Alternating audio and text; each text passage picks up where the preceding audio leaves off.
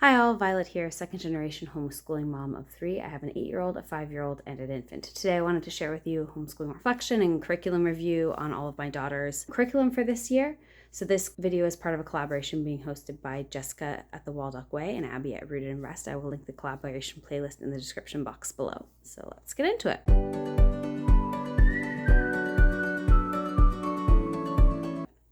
So my daughter finished up her second grade year. We finished the last week of May. And so now we're kind of into our summer schooling schedule. So our homeschooling year went really well. I was a little bit nervous at the beginning how it was going to go with a newborn, but we just did a lot of school while my daughter, my youngest, nursed, or I held her. And then now that she's older, she kind of just crawls around and explores stuff near us, but she doesn't really get into what we're doing, or I'll hold her and she's fine. So that actually was not a problem at all. All of our curriculum, we didn't really change anything. The only change we did is for our read alouds, we switched from me reading them aloud to doing audiobooks, which I talked about in my read aloud video, but that's a pretty minor change. All the rest of our curriculum went really well. My daughter's extracurriculars all went really well this year. My kids always have to do swim lessons for safety. And then my daughter also chose to do dance. So she did really well with both of those. And then at co-op, we joined a co-op this year. My kids both really liked it. And my daughter's favorite class that she took this year at co-op was sewing. So that was cool. And then my daughter also goes to speech therapy, and she's made a lot of progress with that this year. So that's been really good. So let's get into the curriculum. So she is almost done with it. She has a couple more lessons in the 3B book, but she finished up 3A. Singapore math always goes really well for her. She really likes the way the information is presented. And she just does really, really well with it. It's the right balance of like conceptual and review for her. She doesn't really need a lot of review. And we also use the online extension problems that come with this program when you purchase the home instructor. So here's the student book and then the home instructor's guide. When you purchase the home instructor's guide or the teacher manual, they'll send you a link to a bunch of digital resources. And so we use the extension problems from the digital portal. That helps as well with stretching my daughter a little bit. And then we use this Kate Snow multiplication facts that stick this year. We've used all the Kate Snow books except for division. We'll be doing that one next year.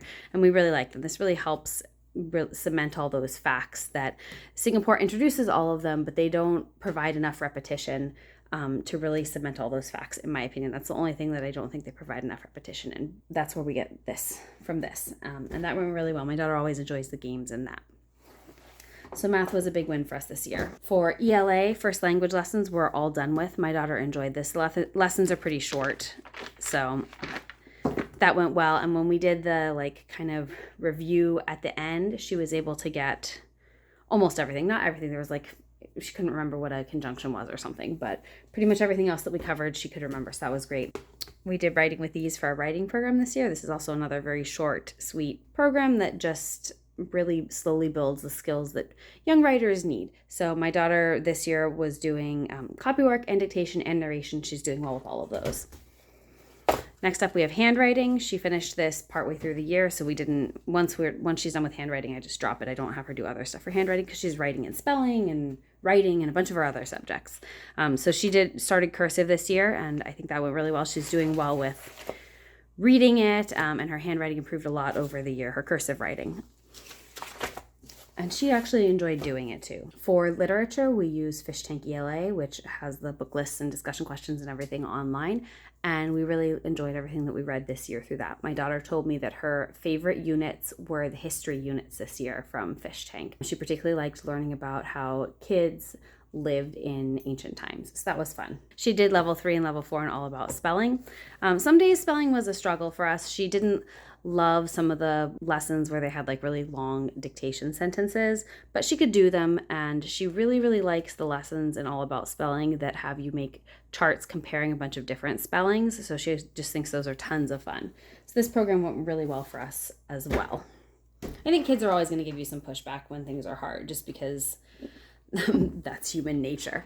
But just working through that and making sure you stay kind of consistent with the curriculum, and it really does help both of you know what to expect and build all those skills that you need. So building foundations of scientific understanding, my daughter and I both loved this program. We finished it really early, so we actually started the next book in this building foundations series.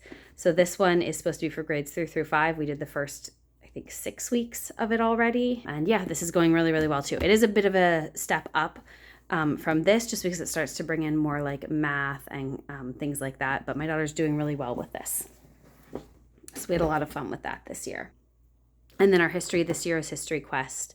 Middle times, this went really well. My kids really like doing this. My son will tag along for a lot of the history hops. For ancients, he did every history hop with us. For middle times, they start to get a little bit more intense, like they cover the 100 Years' War and the plague. And so he is my more sensitive child. And so if the history hop sounded like it was going to be scary, he didn't do it this year, which is completely fine. I don't ask him to sit in for any of this. He just wanted to do a lot of the like coloring, and he really likes listening to the history hops as long as they're not too scary. So that went well as well. For music, we combined this book with Carnegie Hall's Musical Explorers, and that did go well for us. We're not done yet just because it's a lot of material. It's a lot of weeks. And I don't know that I would do this book again. There's nothing wrong with it. It's perfectly fine. It has information and then tracks on the CD. The new edition just tells you what piece to look up. It doesn't have a CD. And so this is good, but combining it with Carnegie Hall is a lot, which I knew, but I didn't realize that Carnegie Hall would continue to add new artists. When I first found it, I think it was during the pandemic, so they had paused. But since I planned out our year, they've added 6 new artists, 3 at the end of last year and 3 this year. So that's 12 additional lessons. And so I want to loop music kind of the same way we're planning to loop history in 4-year cycles. So when we come back to world music, we probably won't do this book again. We'll just do the Carnegie Hall Musical Explorers because there'll be a lot more stuff. Definitely a full year's worth. That's part of why we combined the 2 of them this year, is I didn't feel like there was a full year's worth on Carnegie Hall. But by the time we come back to it, there will be. And my daughter enjoyed listening to this, and she enjoyed listening to Carnegie Hall, but we both like Carnegie Hall a little bit better. So that would be why we would just do that. And then for art, my daughter really liked doing art this year. She always likes art. There were a couple of lessons in here that were clay lessons that she was just really tired of working with the clay because it's kind of sticky, and my kids really don't like sticky things at all. So she wanted to do them, and she persevered through that, but she was really happy when we were done with the clay unit. And then this was a lot of watercoloring, which my daughter finds very stressful. Like she did really well. I think her art that she made, she didn't want me to share any of it with you, so I don't have anything to show you. But I think the art that she made turned out really well. But she finds watercolor very stressful because it spreads and mixes. And even when she's being really careful, she can sometimes unintentionally have it bleed together. And that just really, really stresses her out. So there were a few days where she wasn't feeling up to doing the art project. So we sort of combined days, or I let her do the project with a different medium, things like that. Once she did the initial like exposure to watercolor, I don't really care that she does every watercolor project as a watercolor project, if that makes sense. And then our last subject for the year was health, which we do through Sanford Fit, and she finished that up this year, and she really enjoyed that. It's a very simple, very light introduction to health, and we're going to have to find something new for next year, which is a bummer because we both really enjoyed that. And then for foreign language, my daughter did a bit of Spanish with us, but her main thing is she does Mandarin Chinese through a heritage school near us, and it's just so valuable to have native speakers teach your child a language. So that's been going really well for her.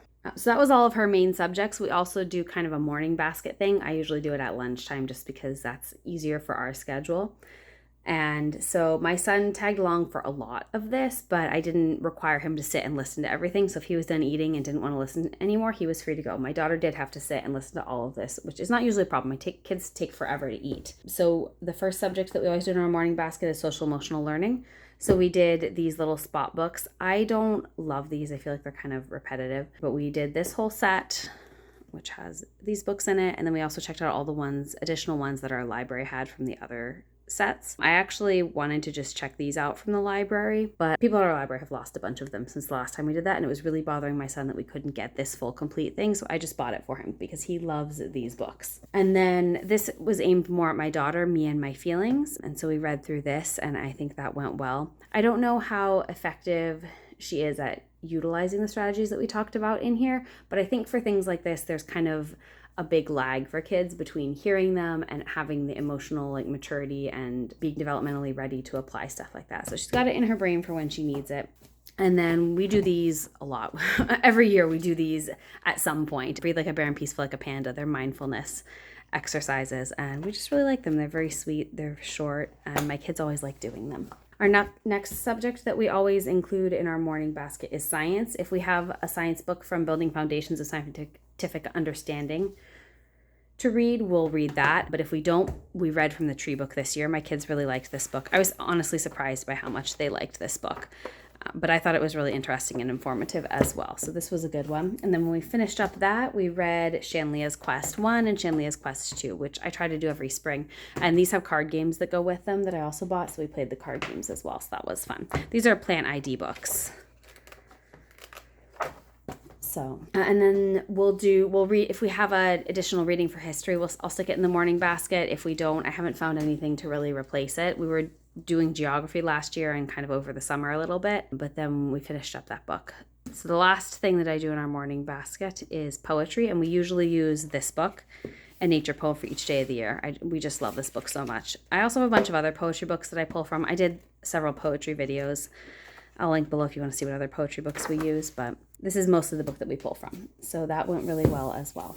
That was kind of a lightning review. I hope you found it helpful. A bunch of these subjects, I've done more in-depth videos on these resources, so I'll try to link all of them in the description box below. It's going to be a lot of video links. I hope you found that helpful. I am an Amazon affiliate, so if you click on an Amazon link and make a purchase, I do receive a small commission. Thank you for watching.